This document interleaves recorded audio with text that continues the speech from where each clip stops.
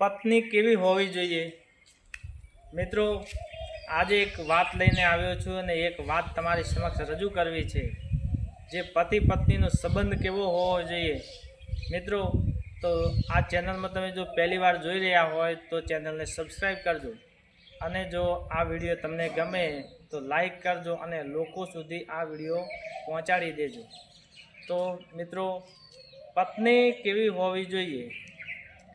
પત્ની તો એવી હોવી જોઈએ કે ગમે એવી પરિસ્થિતિ ખરાબ આવે, ગમે એવો સમય ખરાબ આવે, અને પતિના ખભા ઉપર હાથ રાખીને એમ કહે કે ચિંતા ના કરતા, હું તમારી પાછળ ઊભી છું.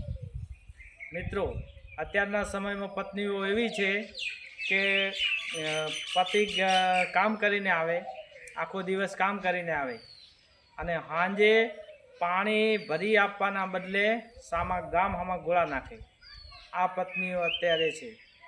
પણ ખરેખર પત્ની તો એવી હોય છે, જ્યારે રામને 14 વર્ષનો વનવાસ મળ્યો હતો, એવામાં સીતાજી એવું બોલ્યા હતા કે જ્યાં રામ ત્યાં સીતા, અને રામ જો વનમાં રહે અને સીતાથી આવું સુખ સમૃદ્ધિ નહીં ભોગવાય. એટલે પ્રભુ, તમે જ્યાં જાઓ છો ત્યાં હું આવીશ.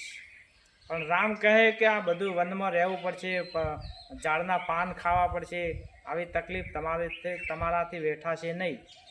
ત્યારે પ્રભુ રામ બોલ્યા હતા, ત્યારે પ્રભુ સીતા બોલ્યા હતા કે ભલે મને તકલીફ વેઠવી પડે, ભલે મારે ઝાડના પત્તા ખાવા પડે, પણ મારે જ્યાં રામ હશે ત્યાં સીતા છે, એટલે મારે પણ તમારી સાથે વનવાસ આવવું છે.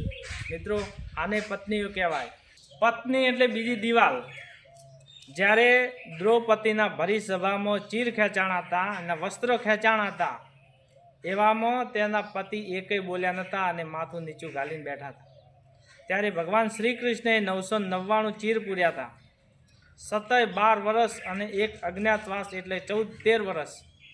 13 વર્ષનો વનવાસ આવ્યો હતો. ત્યારે દ્રૌપદી એમ બોલી હતી કે રાજ સાહેબી મારે ભોગવવી નથી, હું પણ તમારી સાથે આવું છું. આ પત્ની, આને પત્ની કહેવાય.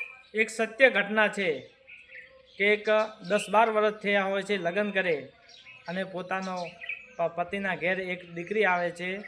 ત્યારે બહુ ભણેલી હોય છે, સાયન્સ કરેલું હોય છે, અને પછી રહેવા લાગે છે. ત્યારે ઘરના બધા એવું કહે છે કે ભાઈ આપણે નોકરી બોકરી કોઈ કરવી નથી. ત્યારે આંગણે આવેલી પુત્રવધુ કહે છે કે ભાઈ કશો વાંધો નથી, હું નોકરી નહીં કરું, હું તમારી સેવા કરીશ, ઘરનું કામ કરીશ.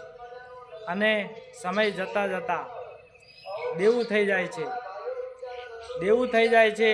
પછી આગળ સમય જતાં મેડિકલના ખર્ચા વધી જાય છે, ખરાબમાં ખરાબ પરિસ્થિતિ આવી જાય છે, ખરાબ સમય આવી જાય છે. ત્યારે તેનો પતિ રોતો હોય છે અને પોતાના પતિના ખભે હાથ રાખીને કહે છે કે તમે રોશો નહીં, હજુ મારી પાસે આવડત છે, અને તમે રોશો નહીં.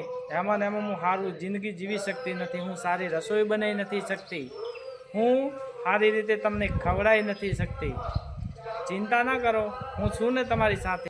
પત્ની કહે છે તમે મને એક પરમિશન આપો, તમે ચિંતા ના કરશો, હજુ મારી પાસે આવડત છે.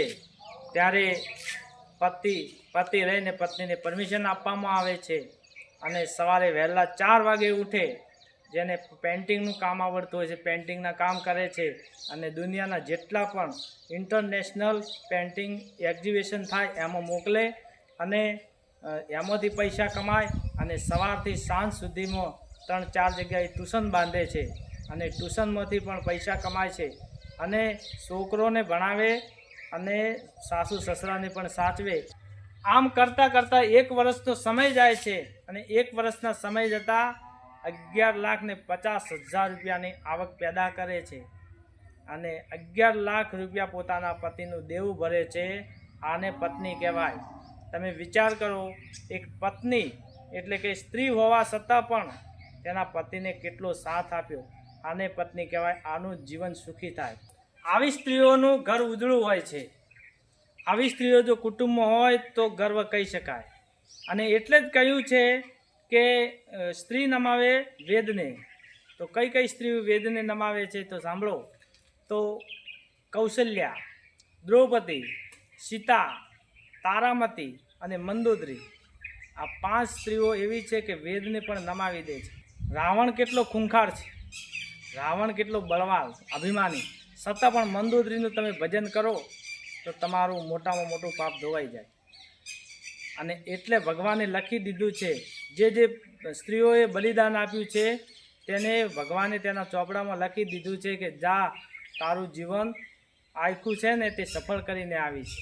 અને પુરુષોને જો પરિસ્થિતિ ખરાબ આવે, સમય ખરાબ આવે અને બહુ કઠિનતા આવી જાય, અને જો પુરુષના મનમાં એમ આવે કે આ બધું મારે કેવી રીતે ભેગું કરવું, આ બધું કેવી રીતે ભેગું થઈ શકે, તો એ પુરુષ પત્ની કહેવાને લાયક નથી. તો મિત્રો, આજના વિડીયોમાં બસ આટલું જ.